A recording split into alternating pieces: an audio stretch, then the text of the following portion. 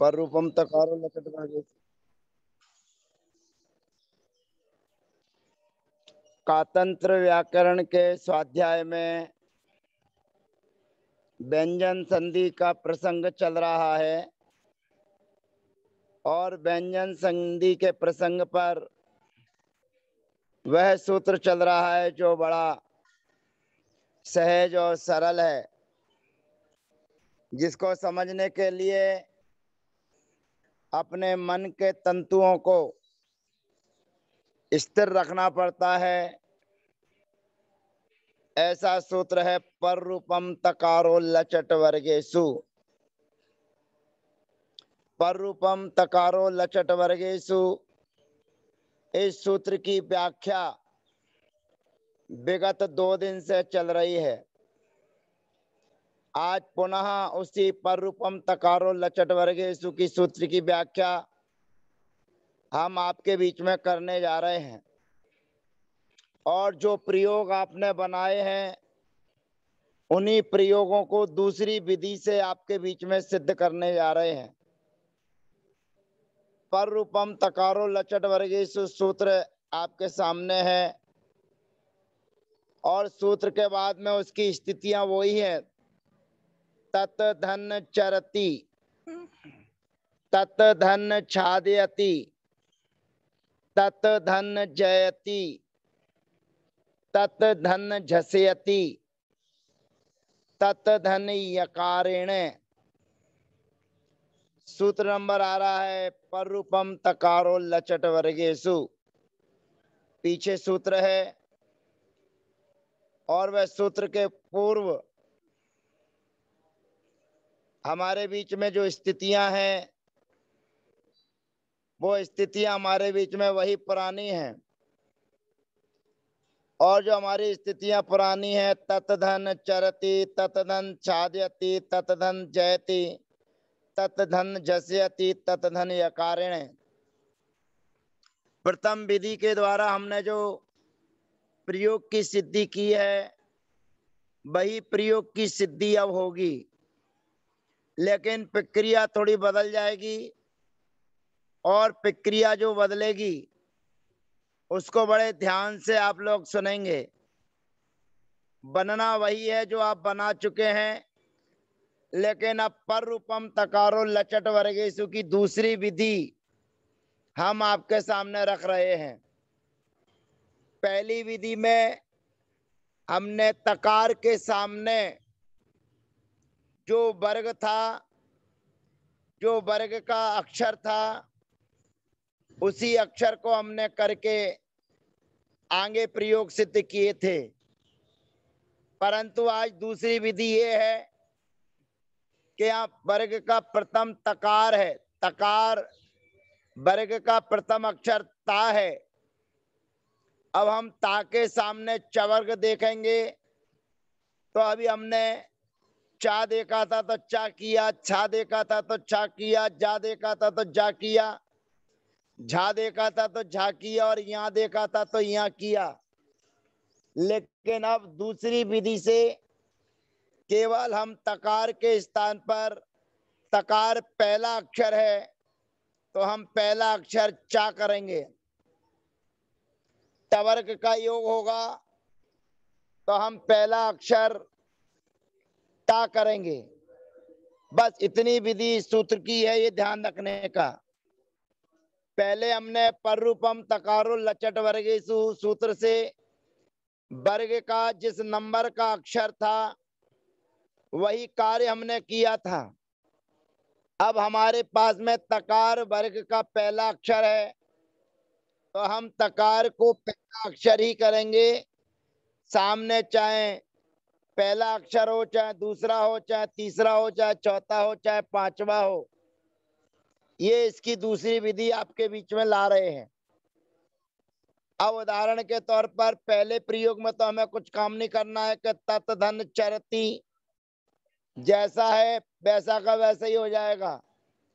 पर रूपम तकारो लचट वर्गेषु से पहली विधि से करोगे तो चा होगा और दूसरी विधि से करोगे तो चा होगा, क्योंकि हमें अब पहला ही अक्षर करना है।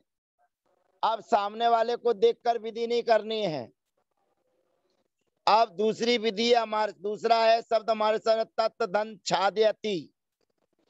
हमने पहली विधि से ता के स्थान पर छा आदेश किया था और 121 नंबर सूत्र से अगो से प्रथमा से उस छा को चा कर दिया था। लेकिन अब दूसरी विधि से हम ता को चा ही कर रहे हैं, इसलिए 121 नंबर का सूत्र नहीं लगेगा और प्रयोग सिद्ध हो जाएगा तत् धन छादयति।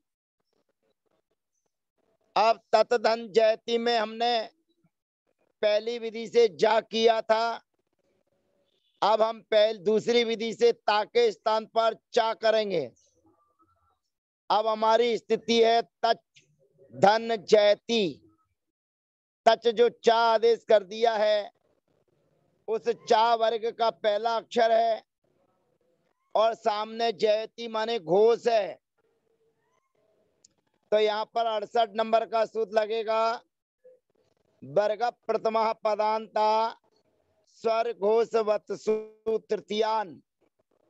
अर्थात वर्ग के प्रथम अक्षर के सामने स्वर अथवा घोष के आने पर वर्ग का प्रथम अक्षर तीसरा हो जाता है।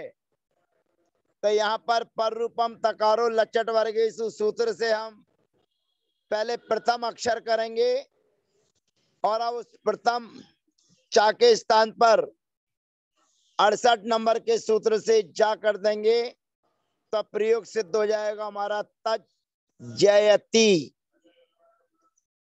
अब हमारा अगला प्रयोग है तत् धन झस्यति। पहली विधि से हमने झा किया था, फिर धुटाम तृतीय चतुर्थे से लगाकर जा कर दिया था। अब दूसरी विधि से ता के स्थान पर हम चा आदेश करेंगे और 68 नंबर का सूत्र वर्ग प्रथमा पदांता स्वर घोष वत्सु तृतीयान, इस सूत्र को लगाएंगे तो ता के स्थान पर जा आदेश हो जाएगा, तो बन जाएगा तज झस्यति। अब पांचवा प्रयोग है तत् धन यकारेण। हम पर रूपम तकारो लचट वर्गेषु से दूसरी विधि के द्वारा ता के स्थान पर पहला अक्षर चा करेंगे, क्योंकि ता पहला है इसीलिए हम चवर्ग का पहला अक्षर चा करेंगे। अब हमारी स्थिति है तच धन यकारेण। अब वर्ग का पहला अक्षर यहाँ पर चा है और सामने वर्ग का पांचवा अक्षर है, तो पांचवे अक्षर के होने पर हमारे को सूत्र लगेगा पंचमे पंचमांश तृतीयान नवा। पंचमे पंचमांश तृतीयान नवा अर्थात पंचम अक्षर के होने पर वर्ग का जो प्रथम अक्षर है वह उसी वर्ग का पांचवा अक्षर हो जाता है। तो ता को हमने पहले चा किया और चा के स्थान पर फिर यहाँ आदेश कर दिया तो बन गया तय अकारेण।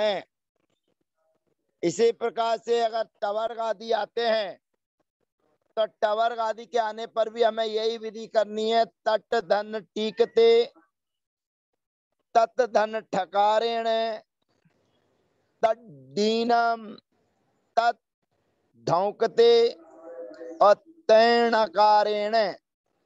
इस प्रकार से पर रूपम तकारो लचट वर्गेषु से प्रथम और द्वितीय विधि आपको दर्शाई गई है। प्रयोग दोनों विधि से एक ही सिद्ध होंगे, एक ही प्रकार के सिद्ध होंगे। और दोनों विधियां मैंने इसलिए आपको सिखाई हैं कि दोनों विधियां यदि आपको आती हैं और आप उसका विश्लेषण करके बता सकते हैं तो सामने वाला समझेगा कि आप व्याकरण के विशेष जानकार हैं। सामान्य कार्य तो कोई भी कर देता है, लेकिन सामान्य के साथ में विशेष कार्य जो करके दिखाता है तो लगता है कि सामने वाले ने अपने फ्री मन का उपयोग किया है। अब हम पर रूपम तकारो लचट वर्गेषु सूत्र से विदा लेते हैं और अगला प्रयोग हम सिद्ध करने जा रहे हैं आपके बीच में, क्योंकि पर रूपम तकारो लचट वर्गेषु के साथ में दृढ़ व्यंजन मनंत स्थानु नासिकम ये सूत्र का भी प्रयोग हो गया, पदांते दुटाम प्रथमा सूत्र का भी प्रयोग हो गया और दुटाम तृतीय चतुर्थेषु ये सूत्र का भी प्रयोग हो गया। अर्थात सामने यदि चतुर्थ अक्षर है तो धुट को तीसरा अक्षर होता है। धुटाम तृतीय चतुर्थेषु शनै शनै बीच बीच में आपके प्रयोग में आता रहेगा। पदांते दुटाम प्रथमा भी शनै शनै आपके उपयोग में आता रहेगा। अब हम आगे की चर्चा प्रारंभ करते हैं। हमारे सामने स्थिति है तत् धन सेते, तत् धन सेते और पूर्व में ता है और सामने तालब्य सा और सूत्र हमारे बीच में है चम से।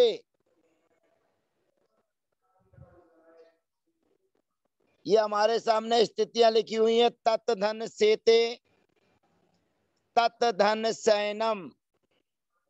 ये दोनों स्थितियां ऊपर के सूत्र में लिखी हुई हैं, ये पक्के रूप में रहती हैं और ऊपर जो रहती हैं वो कच्चे रूप में रहती हैं। तत् धन सेते और तत् धन सैनम ये हमारी स्थिति है। तत् धन सेते और तत् धन सैनम। अब ये स्थिति जब हमारे बीच में है तो यहाँ पर पूर्व पद में तत् माने तकार है और उत्तर पद में सा सेते ये तालब्य सकार हमारे बीच में है। अब हम क्या करें, तो सूत्र हमारे बीच में आता है चम से। चम से अर्थात तालब्य सकार के सामने होने पर पूर्व पद में रहने वाला जो तकार है केवल ता, उस ता के स्थान पर चा आदेश होता है। तो ता के स्थान पर चा आदेश हो गया, तब प्रयोग बनेगा तच सेते। अभी हमें दूसरा प्रयोग भी इसका सिद्ध करना है, क्योंकि यहाँ पर तत् ये वर्ग का पहला अक्षर है और सेते ये तालब्य सकार है। तो आपको स्मरण हो कि वर्ग प्रथमेभ्यः सकारः स्वर यवर परस छकारम नवा। वर्ग से प्रथम अक्षर के सामने, वर्ग के प्रथम अक्षर के सामने तालब्य सकार होता है तो उस तालब्य सकार को छकार आदेश हो जाता है। तो यहाँ पर छकार आदेश होगा, लेकिन वो विकल्प से होता है, नित्य नहीं होता है, विकल्प से होता है। तो प्रयोग सिद्ध हो जाएगा तत् छेते और तत् शेते। ऐसे ही तच सैनम और तच शैनम ये प्रयोग सिद्ध हो जाते हैं। अब थोड़ी सी व्यवस्था समझना है कि ये दोनों प्रयोग जब हमारे सिद्ध हो गए, मेन प्रयोजन है तकार के स्थान पर चकार आदेश करना। अब थोड़ा आप जानकार हो चुके हैं और पढ़ने वाले अच्छे जिज्ञासु पाठक हैं। आप में से कोई एक जिज्ञासा हमारे बीच में रखता है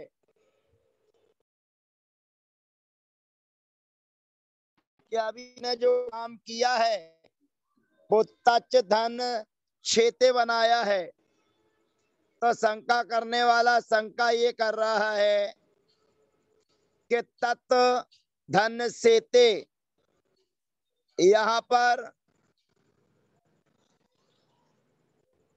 वर्ग प्रथमेभ्यः सकारः स्वर यवर परस छकारम नवा।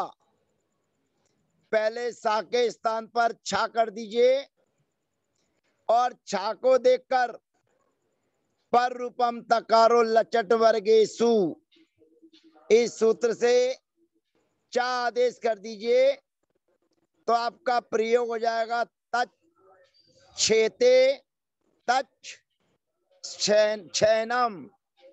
ये प्रयोग सिद्ध हो जाएगा। तो आप लोगों में से प्रश्न किया गया कि आचार्य भगवंत ने जो चमसे सूत्र कहा है वह प्रयोजन रहित कहा है। आचार्य भगवंत आपको बहुत अच्छे से समझाएंगे, लेकिन सामान्यतः ये समझ लीजिए कि वर्ग प्रथमेभ्यः सकारा स्वर यवर परस छकारम नवा, वह सकार के स्थान पर छकार आदेश विकल्प से करता है, और जब सा के स्थान पर छा आदेश हो जाएगा तो हमारे को पर रूपम तकारो लचट वर्गेसु सूत्र लगाकर ता के स्थान पर चा आदेश कर देंगे। लेकिन जब वर्ग प्रथमेभ्यः सकारा स्वर यवर परस छकारम नवा, ये सूत्र विकल्प से लगता है, और जब इस सूत्र का प्रयोग नहीं करेंगे, जब हमारे सामने तत् धन सेते ये स्थिति रहेगी, तब हम क्या करेंगे? तो आचार्य भगवंत कहते हैं उस स्थिति के लिए हमारे बीच में सूत्र है चमसे। माने चमसे का प्रयोग उस समय सार्थक है जब हमने सा के स्थान पर छा आदेश नहीं किया है। तो यहाँ पर दोनों अवस्थाओं में ता को चा आदेश हो जाएगा। यदि हम चमसे सूत्र नहीं कहते तो केवल एक अवस्था में जहां सा को छा वर्ग प्रथमेभ्यः सकार स्वर यवर परस छकारम नवा से सा को छा आदेश होता, उसी स्थान पर रूपम तकारो लचट वर्गेसु सूत्र लगता, दूसरी अवस्था में नहीं। लेकिन दोनों अवस्थाओं में तकार के स्थान पर चकार आदेश हो जाएगा। ये प्रश्न के उत्तर का समाधान निकलता है। यानी कि सकार के स्थान पर छकार आदेश विकल्प से होता है, और जब सा के स्थान पर छा आदेश नहीं होगा तब चमसे सूत्र ही सा के स्थान पर चा आदेश कर देगा, और जब सा के स्थान पर छा आदेश हो जाएगा तब पर रूपम तकारो लचट वर्गेसु सूत्र से तकार के स्थान पर चकार आदेश हो जाएगा। यानी दोनों अवस्थाओं में तकार को चकार आदेश हो जाएगा, ऐसा जानना चाहिए। इस प्रकार से जो शंका समाधान श्रावक के द्वारा की जा रही है, जो हमने आपको समाधान रूप में रखा है, उसी बात को आचार्य भगवंत श्लोक के माध्यम से समझा रहे।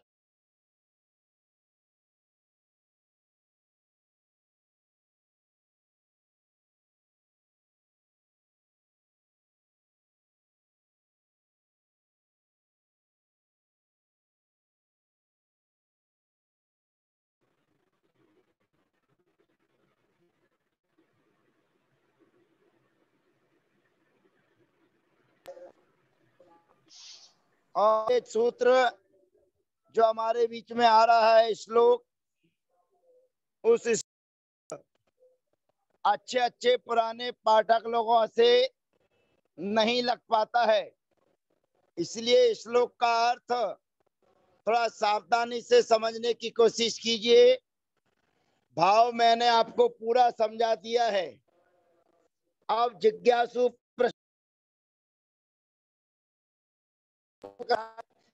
आचार्य भगवान ही जिज्ञासु बनकर प्रश्न कर रहे हैं और उत्तर दे रहे हैं, तो आपकी तरफ से जिज्ञासा उत्पन्न की जा रही है और आचार्य भगवंत से बड़े विनय के साथ में हाथ जोड़कर नमस्कार करके प्रश्न किया जा रहा है। चम से व्यर्थमिदं सूत्रम यदुक्तम सर्ववर्मणः तस्योत्तर पदम ब्रूहि यदि वेत्सि कलापकम। यहाँ पर प्रश्न करने वाला प्रश्न कह रहा है, ये कातंत्र रूपमाला जो आपके बीच में बनाई गई है, ये मूल में कलाप व्याकरण से बनाई गई है। कलाप व्याकरण के सूत्रों को व्यवस्थित समायोजित करके यह कातंत्र रूपमाला नाम इसको दिया गया है। तो इस व्याकरण के अंतर्गत जो जिज्ञासु है वह प्रश्न कर रहा है, कहता चम से व्यर्थम इदम सूत्रम, यह जो चम से सूत्र कहा गया है वह व्यर्थ कहा गया है, उसका यहाँ पर कहना कोई औचित्य नहीं है। क्यों नहीं कहना चाहिए? कहते यदि वेत्सि कलापकम, आचार्य सर्ववर्मन महाराज ने यदि कलाप व्याकरण को पढ़ा है और कलाप व्याकरण को जानते हैं तो उन्हें इसका उत्तर पद कहना चाहिए। तस्योत्तर पदम ब्रूहि, इसका उन्हें उत्तर पद कहना चाहिए। उत्तर पद क्या है? यदि वेत्सि कलापकम, यदि वे कलाप व्याकरण को जानते हैं तो। यह वेत्सि विद ज्ञाने धातु का है जो अभी अदादि गण में चल रही थी, वही वेत्सि मध्यम पुरुष के एक वचन में बना है। वेत्ति वित्ता विदंती, वेत्सि वित्ता वित्त। तो आचार्य भगवान से प्रश्न किया जा रहा है कि हे भगवान, यदि आपने कलाप व्याकरण पढ़ी है, कलाप व्याकरण को यदि आप जानते हैं तो आपको इसका उत्तर पद कहना चाहिए कि आपके द्वारा जो चम से सूत्र बनाया गया है वह व्यर्थ बनाया गया है। अब उत्तर पद क्या है? उत्तर पद यही है कि पहले वर्ग प्रथमेभ्यः सकारा स्वर्यवर परस छकारम करा जाए और उसके बाद में पर रूपम तकारो लचट वर्गेशु यह कार्य किया जाए, ये उसका उत्तर पद है। तस्योत्तर पदम ब्रूहि, उन्हें इसका उत्तर पद कहना चाहिए। उत्तर पद कहने का मतलब है कि पहले सकार के स्थान पर छकार कीजिए और छकार के होने पर रूपम तकारो लचट वर्गेशु सूत्र से चकार आदेश कर दीजिए। ऐसा प्रश्न उस शंकाकार ने आचार्य भगवंत के साथ विनय के साथ निवेदित किया है। अब आचार्य भगवंत उत्तर देते हैं। दूसरे भगवंत दूसरे श्लोक के माध्यम से उत्तर देते हैं और सीधे सीधे बात करते हैं। देखिए आचार्य भगवंत अपने शिष्यों से किस प्रकार से बातचीत करते हैं। अगर आचार्य भगवंतों की बातचीत शिष्य के प्रति कैसी होती है, यदि आपको सुनना है, समझना है, तो भगवती आराधना और मरण कंडिका जैसे महान ग्रंथों का स्वाध्याय आप कर सकते हैं और वहां पर आपको एहसास हो जाएगा कि गुरु अपने शिष्यों से किस प्रकार से वार्तालाप करते हैं। तो यहाँ पर आचार्य भगवंत श्लोक नंबर जो अगला 7वें नंबर का है उसके माध्यम से देखिए अपने शिष्य से क्या वार्तालाप करते हैं। आचार्य भगवंत कह रहे हैं श्लोक नंबर 7 जो इसके बाद में आ रहा है, चम से व्यर्थमिदं सूत्रम। आचार्य सरवर्मन का नाम लिखा हुआ है। यदि सरवर्मन महाराज इसके उत्तर पद को जानते हैं, कलाप व्याकरण को जानते होते तो इसका उत्तर पद कहना चाहिए। अब आचार्य भगवंत उत्तर देते हैं, मूढ़धीस्त्वम न जानासि। हे मूर्ख, तुम नहीं जानते हो। छत्वम किल विवासयाः। सकार के स्थान पर जो छकार आदेश होता है वह विकल्प से होता है। अचत्व पक्षे वचनम, जहां पर सा के स्थान पर छा आदेश नहीं होता है उस स्थिति के लिए चम से सूत्र व्यवस्थितम, चम से सूत्र को व्यवस्थित करके रखा गया है।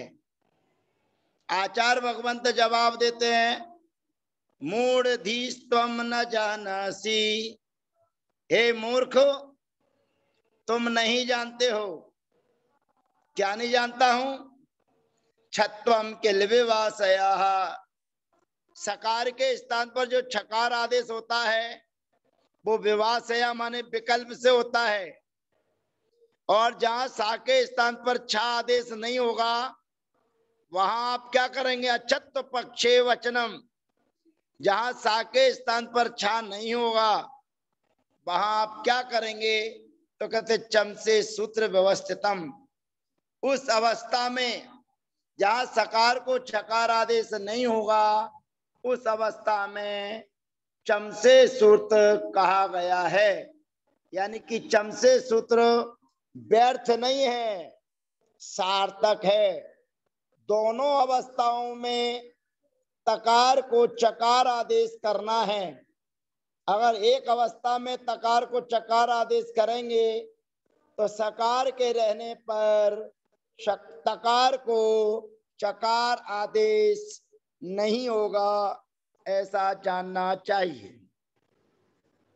अब इस प्रकार से चम से सूत्र की चर्चा और वर्ग के प्रथम अक्षर की चर्चा, क्योंकि शुरू से ही व्यंजन संधि में वर्ग का प्रथम अक्षर चल रहा था और वर्ग का प्रथम अक्षर अब विराम लेता है। अब अगली संधियां, अगला प्रसंग अब आपके बीच में आएगा। तो अगले सत्र के लिए तब तक के लिए हम विदा लेते हैं।